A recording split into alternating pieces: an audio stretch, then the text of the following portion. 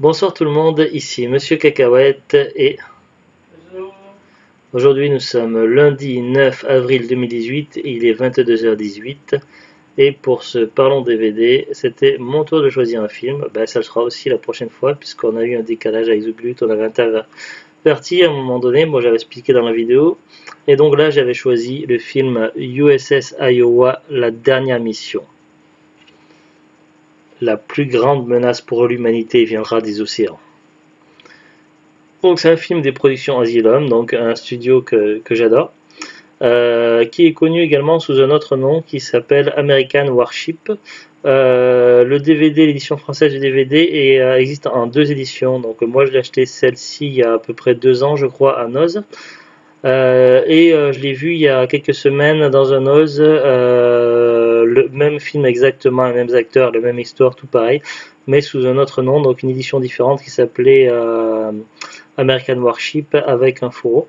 J'ai regardé sur internet et les deux titres sont différents, mais c'est exactement le même film, sauf qu'ils ont été édités par des éditeurs différents, je crois, un truc comme ça, et il y a des dates différentes, ce qui fait que c'est pas le même nom. Peut-être aussi pour des problèmes de droit, des fois en France on a des titres différents, des titres américains par rapport à studio, étant donné que très souvent, pas toujours, mais très souvent les films Asylum s'inspirent de films déjà sortis avant ou en cours de production pour ce qu'on appelle des mockbusters. Ce film-là, c'est l'équivalent, donc en version Asylum, du film du studio, je sais plus, j'ai un trou de mémoire, je l'ai dit tout à l'heure. Du film Battleship du studio, je crois que c'était Universal, je sais plus. Qu'est-ce que j'avais dit tout à l'heure? De quoi? Qui avait fait Battleship. Oh, je sais plus. Battleship qui était avec Rihanna et Liam Neeson et qui est passé hier soir à la télé d'ailleurs sur TF1. J'ai pas regardé puisque c'est un film que j'aimerais bien avoir un jour en DVD, donc j'ai préféré ne pas regarder pour ne pas me spoiler. Du coup, t'as changé la chaîne. Non, mais j'avais baissé le son et j'écoutais pas. Ça dépend. Tu dormais hier. Du coup, bon, on a regardé ce film-là, donc ça faisait 2 ans qu'on l'avait dans les cartons.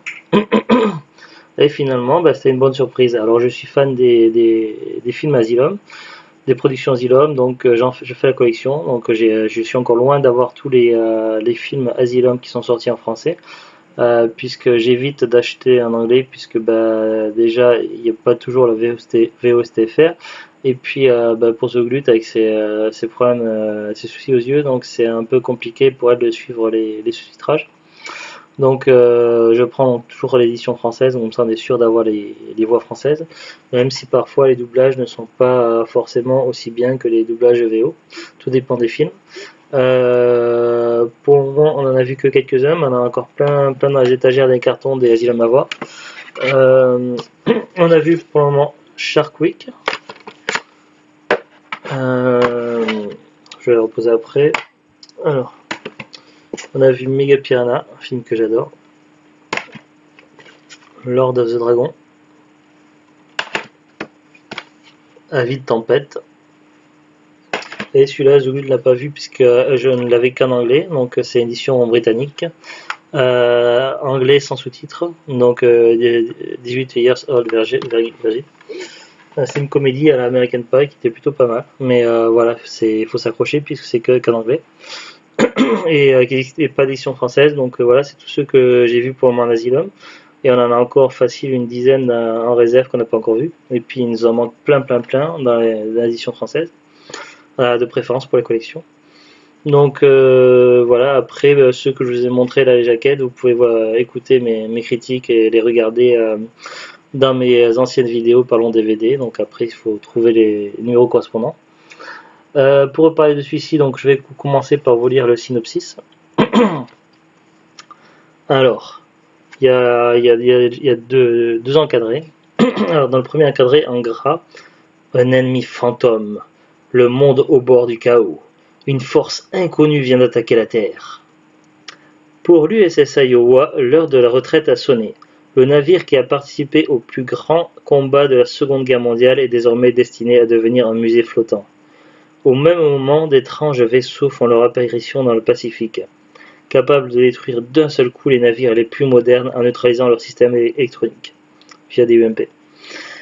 Pour les autorités américaines, pas de doute, un mystérieux ennemi vient de leur déclarer la guerre et leurs armes modernes sont impuissantes. L'USS Iowa va devoir reprendre du service.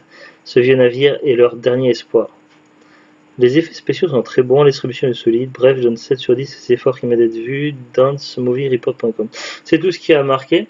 Alors déjà, au niveau du DVD en lui-même, chose qui est rare pour les éditions françaises des films de production Asylum, c'est qu'on a le choix des langues. Souvent, on ne peut voir qu'en français, mais là, il y avait possibilité de voir en français ou en VO STFR, ou uniquement en VO, comme on voulait. Au niveau du doublage, donc, le doublage était vraiment très bon.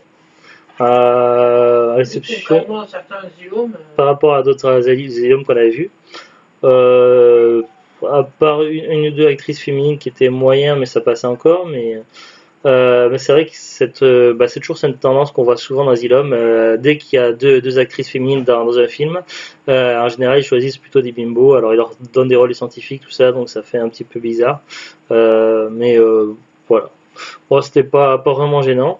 Après le film, donc c'est vrai que nous quand on regarde Asylum, on s'attend à voir un nanar et franchement, c'était vraiment une grosse surprise parce que déjà au niveau du scénario, le scénario est vraiment il y a un chat qui s'éclate, c'est carré qui s'éclate. Le scénario est vraiment carré, il est très bien fichu, donc et ça se tient, tout ça, ça va dans la logique, tout ça. Les acteurs ils jouent bien, donc là on voit que les acteurs ils sont dans leur rôle, tout ça. Rien à voir avec dans certains films où on les voit, ils sont désespérés, tout ça. Donc non, les acteurs sont crédibles, les doublages français sont cohérents, beaucoup plus cohérents que dans d'autres films, dans d'autres Asylum. Après, les effets spéciaux, ils sont, je dirais plutôt en moyenne dans le correct. De manière globale, ils sont plutôt bons. Après, ça dépend pour certains passages où ça fait un peu cheap.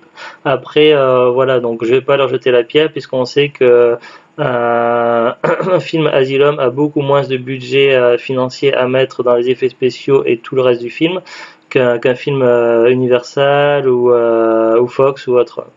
Ils n'ont pas les mêmes moyens, donc voilà. Mais franchement, il y a des moments où ça prêtait un peu à rire, où on avait l'impression de voir les personnages faire du surf et tout, alors qu'ils se tenaient sur un petit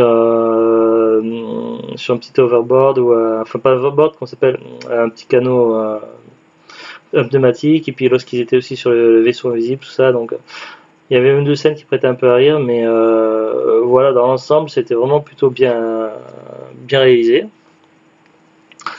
Après, donc c'est vrai qu'il y a quand même une certaine tension, c'est-à-dire que il y a une attaque qui part d'on ne sait où, donc des navires américains qui se font attaquer, qui se font descendre. Ils ne peuvent pas riposter puisque leur technologie est neutralisée aussitôt. Et donc, à un moment donné, il y avait un navire qui partait pour la retraite pour finir dans un musée qui était en cours de restauration puisque les gens qui restauraient ça avaient pris de l'avance pour avoir moins de travail à faire en entrant. Ce qui fait que certaines pièces du bateau avaient été remises en cours d'utilisation. Et ce bateau ne pouvait pas être, comme il datait, qu'il était très vieux, qu'il était secondaire modèle, il ne pouvait pas être neutralisé par les UMP extraterrestres. Ce qui fait qu'à la base, à son époque, c'était l'un des meilleurs bateaux qui se faisait. Du coup, l'USS Iowa était en mesure de tenir le choc face aux navires extraterrestres. Mais voilà, il y avait une situation de crise puisque d'abord il y a eu un problème de communication qui a été bloqué pendant un certain temps. Les Américains, ils ont cru à une attaque des Coréens. Donc quand ils sont allés voir au niveau des Coréens qu'est-ce qui se passait, tout ça, sauf que les Coréens sont des alliés des Chinois, et donc les Chinois n'ont pas apprécié que les Américains veuillent s'en prendre à leurs alliés, et donc du coup il y avait une tension qui s'est créée. Et là, ça pouvait vraiment faire penser à la guerre froide, tout ça, avec la menace nucléaire, donc le temps qui était compté, et on ne pouvait pas stopper les actions en cours, la troisième guerre qui allait se déclencher, sauf si on apportait preuve de l'existence de l'identité de ces mystérieux navires, la preuve que c'est chez les extraterrestres. Et donc voilà, donc au niveau de la tension, donc la tension elle est vraiment là, tout ça, donc la réalisation elle suit parfaitement, le jeu des acteurs est vraiment, contrairement à d'autres films, il est vraiment bon, je trouve.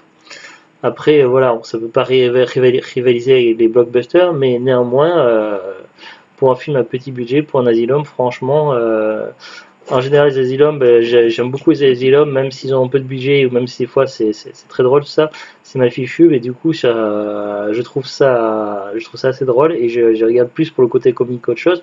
Mais là, c'était vraiment. Non, c'est pas comique, hein. Non, non, là, c'était pas comique. Si, il y a eu un ou deux passages de comique, c'est lorsqu'il y a à la fin deux personnes qui meurent, qui se font bouffer, mais qui meurent très bêtement. Là, c'était plutôt rigolo, mais sinon, non, c'était un film sérieux et du coup, il a été réalisé de manière à être pris au sérieux. On voit même qu'ils ne sont pas amusés à faire des effets tout bizarres, tout chelous, comme quand ils prennent des délires dans certains films à Museum, comme on a pu voir dans Mega Piranha, tout ça, où c'était vraiment drôle et Ouais, mais ils c'était n'avaient voulu. pas besoin de faire des trucs. Oui, il n'y avait pas besoin, parce que le Parce- scénario est suivi, parce que le scénario avait été bien écrit. Il y avait une bonne Oui, écriture de puis scénario, ça. il était assez long, il y avait assez de.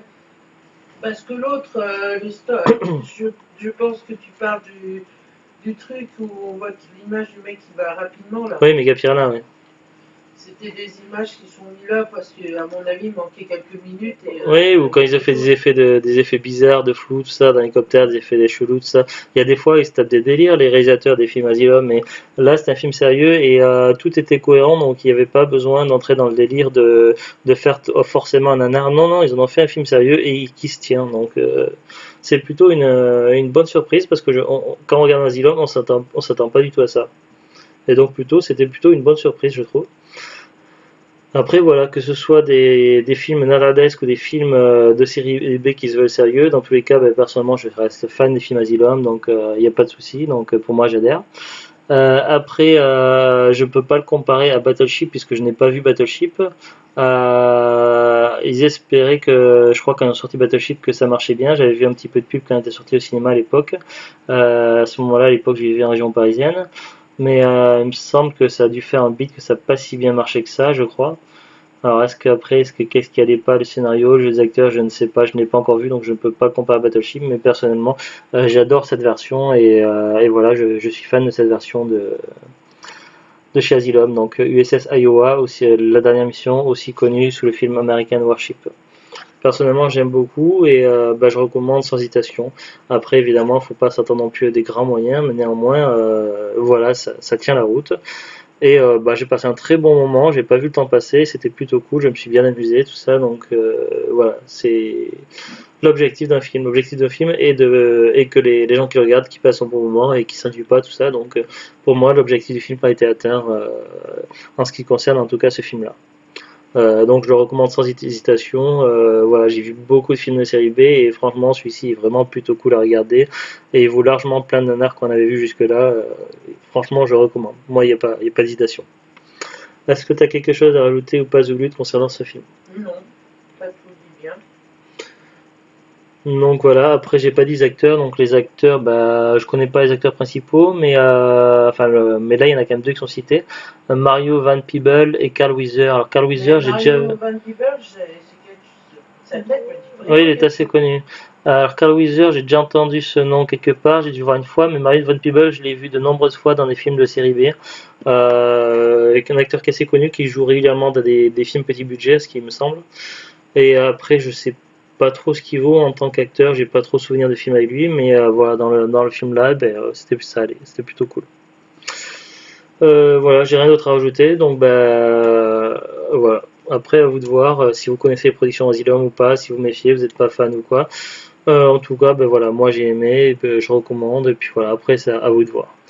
Dans le doute, si vous n'êtes pas certain, essayez de voir une bande-annonce, vous devrez pouvoir en trouver une, peut-être pas sur Allociné, mais avec un peu de chance sur YouTube, il y a tellement de bandes-annonces maintenant que vous devrez pouvoir en trouver une. Voilà, voilà. Sur ce, donc on vous dit à bientôt et au revoir. Au revoir. Au revoir.